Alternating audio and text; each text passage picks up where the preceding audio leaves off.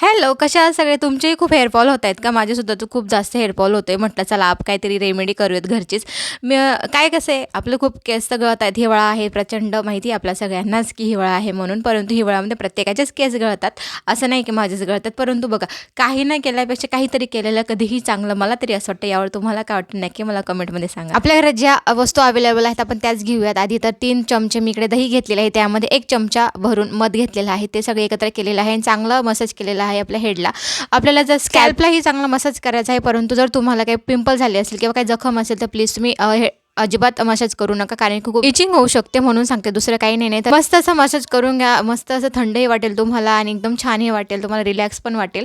त्यानंतर मग आपल्याला फक्त त्याला 20 मिनिटे ठेवायचं आहे. त्यानंतर तुम्ही जो शॅम्पू वापरता त्याने मस्तपैकी असा हेअर वॉश करून घ्या. कंडिशनर लावायची अजिबात गरज नाही. आपण जे दहीचा वापर केलेला आहे त्याच्यानेच आपले केस मस्त कंडिशनर होऊन जातात.